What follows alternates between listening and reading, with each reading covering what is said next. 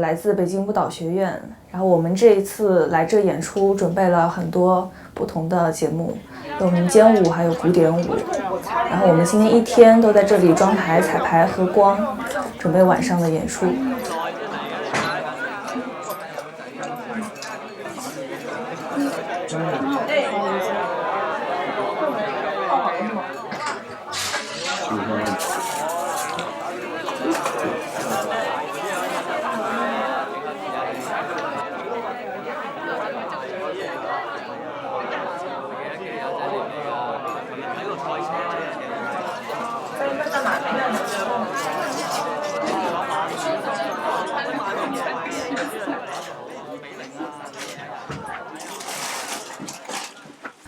不同的节目有不同的角色，比如第一个蒙古舞，我们是表现一个蒙古的女人，一种端庄大气的那种感觉的。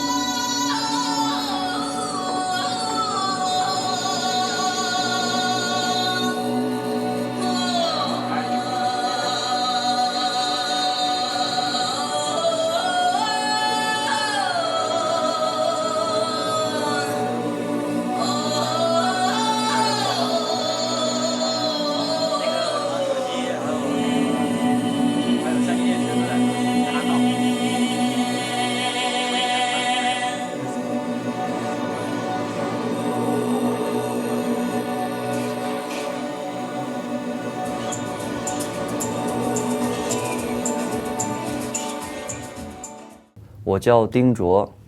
来自中国北京舞蹈学院中国民族民间舞系。我们是在中国受到汉办的邀请，然后学院通知我们，就是这次要来到这里进行一个文化交流的一个巡演。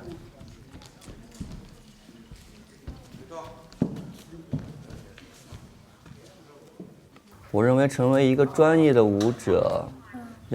首先是要进行从小的专业训练。然后我们成为专业舞者的话，一个最基本的应该是10年，就10年对于我们来说就是一个基本功的一个更好的一个训练。当然，要成为一个舞者的话，可能我们要经过不断的演出，